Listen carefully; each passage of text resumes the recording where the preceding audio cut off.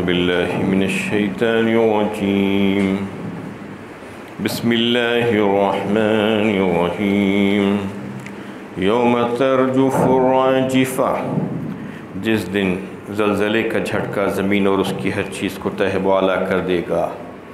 تتبعها الرادفہ، پھر اس کے بعد ایک اور جھٹکا پڑے گا۔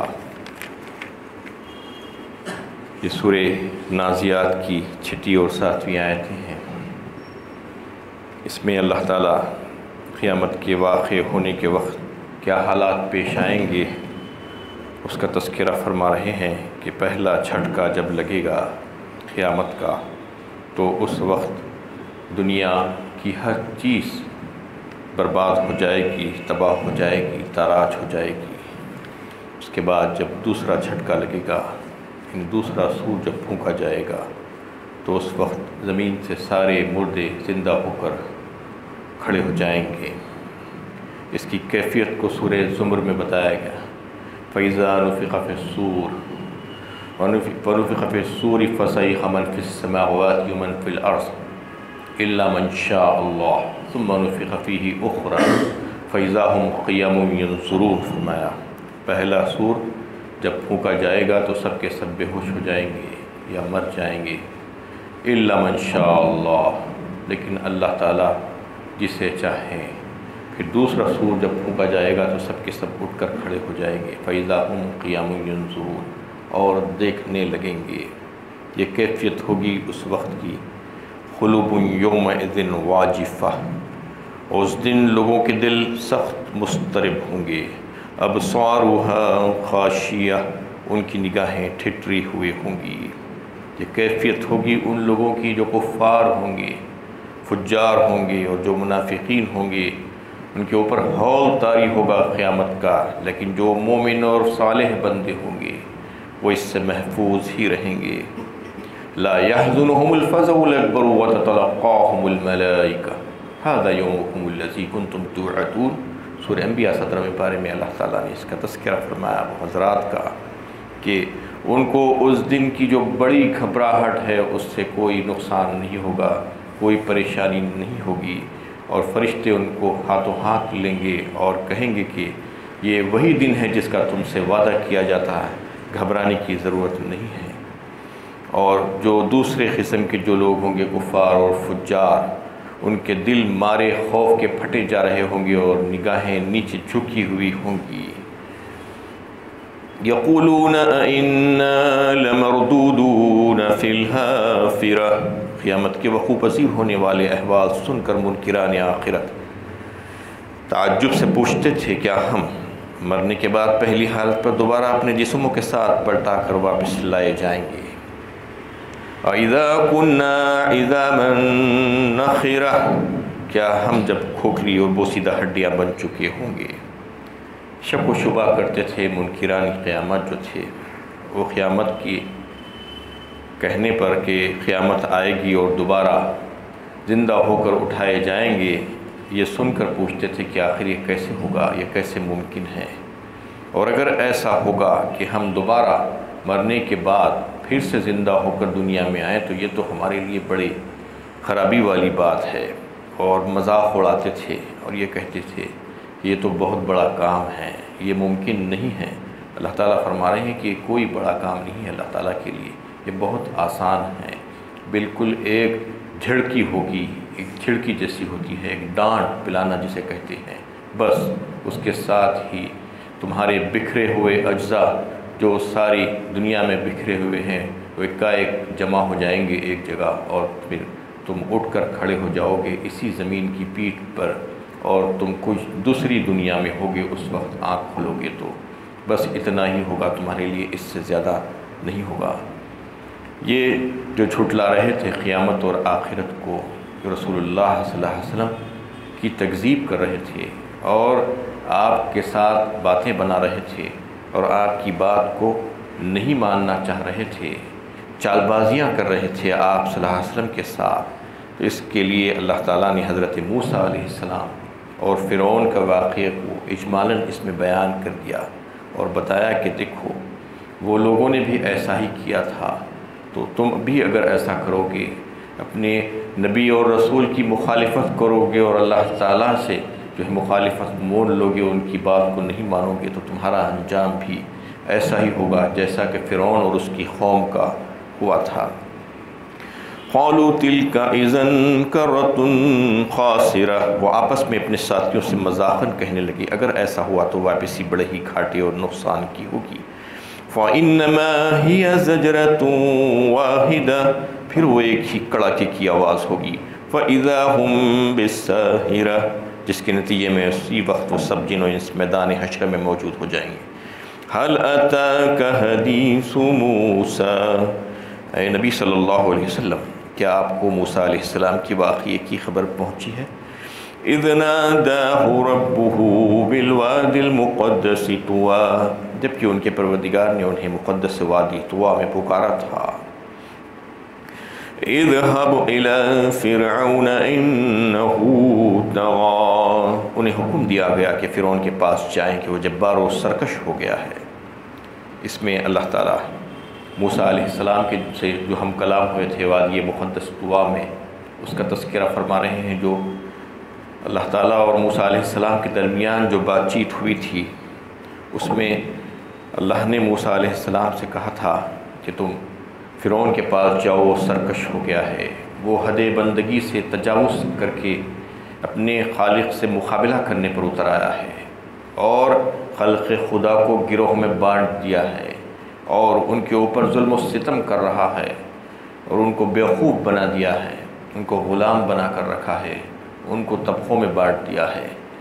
تم ان کو جا کر سمجھاؤ۔ فَقُولَ لَهُ قَوْلًا لَيِّنًا لَعَلَّهُ يَتَذَكَّرُ أَوْ يَخْشَىٰ، سورۃ طٰہٰ 16 پارے میں اللہ تعالیٰ نے فرمایا کہ تم اور تمہارے بھائی ہارون جاؤ اس کے پاس اور اس کو نرمی کے ساتھ سمجھاؤ۔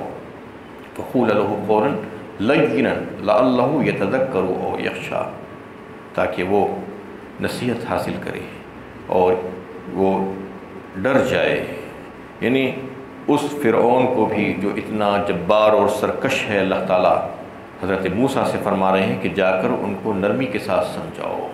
تو یہ مبلغین کے لیے ہدایت ہے، جو دعوت و تبلیغ کا کام کرنے نکلتے ہیں تو ان کو اس بات کو پیش نظر رکھنا چاہیے کہ لوگ چاہے کچھ بھی کہیں، کیسی ہی مخالف باتیں کریں، اس کے باوجود حکمت اور نرمی کو ہاتھ سے نہیں دینا جانا چاہیے۔ ہمیشہ حکمت کے ساتھ اور نرمی کے ساتھ گفتگو کرنا چاہیے۔ یہی ایک چیز ہے جس کی وجہ سے لوگ بات کو سن سکتے ہیں اور سمجھ سکتے ہیں آپ کی، اور اللہ کا خوف ان میں پیدا ہو سکتا ہے۔ اس کو اللہ تعالیٰ نے فرمایا۔ جا کر موسیٰ علیہ السلام نے فرعون کو اللہ تعالیٰ کی بڑی بڑی نشانیاں دکھائی، لیکن اس نے تکذیب کی اور بات کو نہیں مانی۔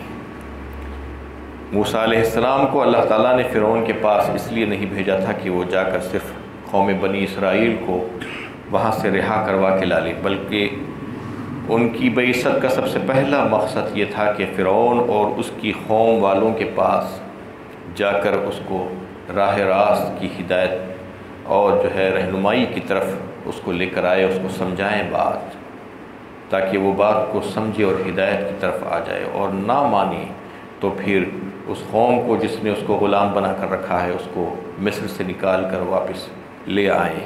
یہ اللہ تعالیٰ نے ان کے ذمے کیا تھا۔ تو فرعون نے تکبر کیا اور سرکشی کی اور کہا، اپنی قوم کے سامنے اعلان کیا کہ میں تمہارا سب سے بڑا رب ہوں، رب اعلیٰ ہوں۔ رب کا مطلب وہ یہ سمجھتا تھا کہ میرے پاس تمام اختیارات ہیں اور میں جو چاہے کر سکتا ہوں، اور میرا ہی قانون چلنا چاہیے، میری ہی بات چلنی چاہیے، میں جو چاہے کروں، مجھے کوئی روکنے والا نہیں ہونا چاہیے۔ اس نے یہ دعویٰ نہیں کیا تھا کہ میں نے زمین بنائی ہے، میں نے آسمانوں کو بنایا ہے، میں نے اس ساری کائنات کو بنایا ہے اور میں اس کا خالق ہوں، یہ دعویٰ نہیں کیا تھا، بلکہ یہ چاہتا تھا کہ اس کی بات کو مانا جائے۔ تو یہ اس کے لیے بڑی ہلاکت خیز بات ہوئی۔ اس کو اللہ تعالیٰ نے پکڑ کر دنیا اور آخرت دونوں میں عذاب سے دوچار کر دیا۔ اغرقوا فادخلوا النار، فرمایا ایک مقام پر اللہ تعالیٰ نے، یعنی داخل ہوا آگ میں اور پانی میں ڈوبا اور آگ میں نکلا، یعنی دونوں عذاب۔ دنیا میں جو ہوا اس کو پانی میں داخل کر دیا گیا اور وہاں سے غرق کر کے اس کو ہلاک کیا گیا، اور پھر یہاں سے وہ جہنم کی آگ میں سیدھے نکلا۔ وَأَهْدِيَكَ إِلَىٰ رَبِّكَ فَتَخْشَىٰ، اور میں تیرے رب کی طرف رہنمائی کروں تاکہ اس کا خوف تیرے اندر پیدا ہو اور تو اپنی اصلاح کر لے۔ فَأَرَاهُ الْآيَةَ الْكُبْرَىٰ، پھر موسیٰ علیہ السلام نے اس کو بڑی نشانی دکھائی، یعنی معجزے کا ظہور۔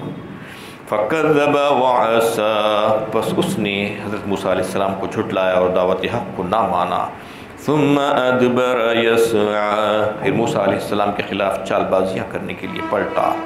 فَحَشَرَ فَنَادَىٰ، چنانچہ لوگوں کو جمع کیا اور پکارا۔ فَقَالَ أَنَا رَبُّكُمُ الْأَعْلَىٰ، کہنے لگا میں تمہارا رب مقتدر اعلیٰ ہوں۔ فَأَخَذَهُ اللَّهُ نَكَالَ الْآخِرَةِ وَالْأُولَىٰ، بس اللہ تعالیٰ نے اس کو دنیا اور آخرت کے عبرتناک عذاب میں ماخوذ کیا۔ إِنَّ فِي ذَلِكَ لَعِبْرَةً لِمَن يَخْشَىٰ، اس واقعے میں ہر اس شخص کے لیے عبرت ہے جو خوف خدا رکھتا ہے۔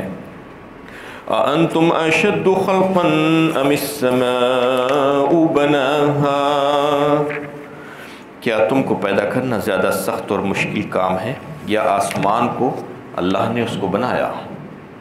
اس میں اللہ تعالیٰ ایک سوال کر رہے ہیں ان تمام لوگوں سے جو یہ سمجھتے ہیں کہ مرنے کے بعد دوبارہ اٹھائے جانا امر محال ہے، بہت مشکل کام ہے، ناممکن ہے، جو اس کا انکار کرتے تھے اور ماننے کے لیے تیار نہیں تھے، ان سے ایک سوالیہ انداز میں پوچھا جا رہا ہے کہ دیکھو ہم نے اتنی بڑی عظیم الشان کائنات بنائی اور اس میں بے حد و حساب ستارے اور سیارے پیدا کریے اس میں عالم بالا میں، اور بے شمار ہم نے اس میں گیلیکسیز رکھے ہیں، کہکشاں بنائے ہیں، اور ان گند انہیں سورج بنائے ہیں اور شمسی نظام بنائے ہیں، یہ تمام چیزیں ہم نے بنائے ہیں کائنات میں، تو کیا یہ مشکل ہے یا تم کو پیدا کرنے کے بعد دوبارہ پیدا کرنا مشکل ہے؟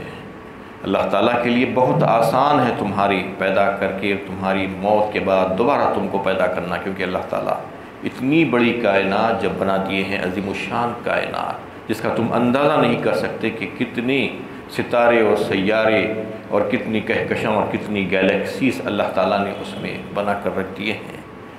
رفع سمکہا فسواہا، اس کی چھت خوب بلند کی، پھر اس کا توازن قائم کیا، اس کی ساخت میں کسی قسم کا عیب اور کجی نہیں رکھی۔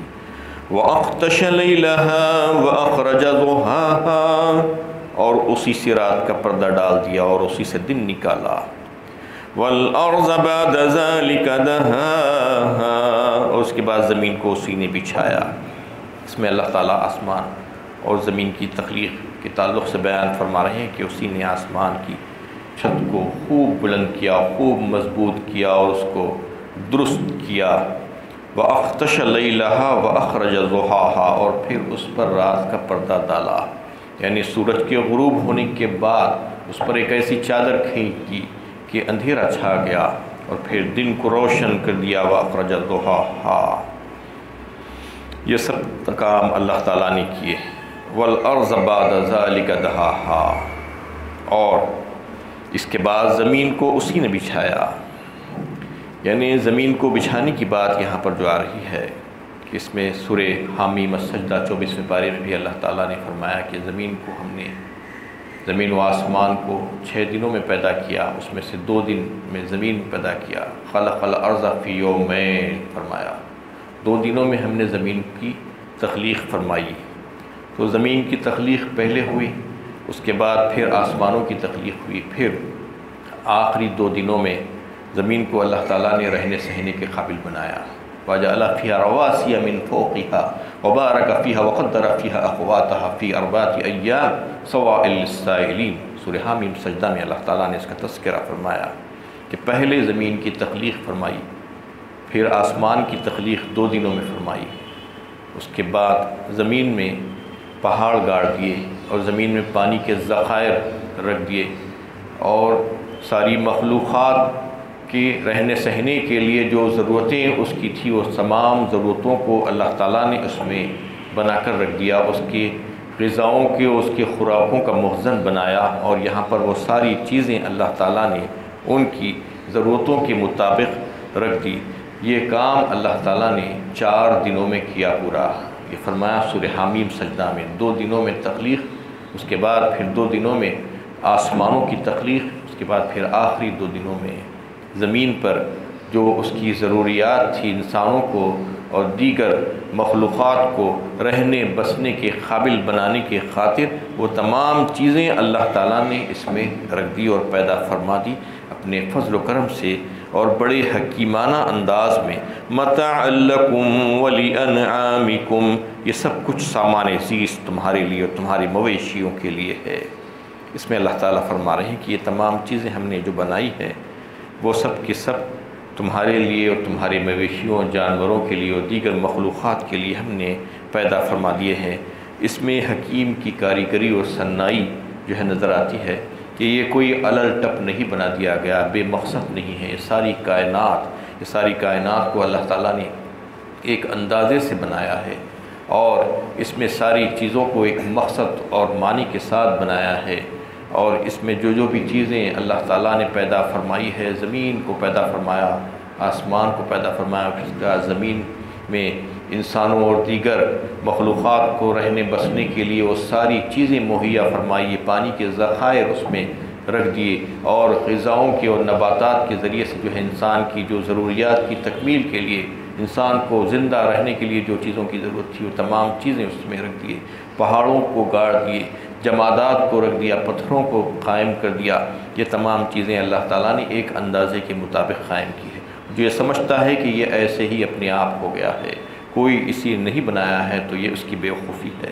اللہ تعالیٰ نے یہ تمام چیزیں ایک اندازے سے قائم کی ہے، اور پھر یہ تمام نعمتیں اس نے انسان کو دی ہے، اس کا حساب کتاب بھی ہوگا اور سوال و جواب بھی ہوگا، اس کے لیے اس کو تیار رہنا چاہیے۔ وآخر دعوانا الحمدللہ رب العالمین۔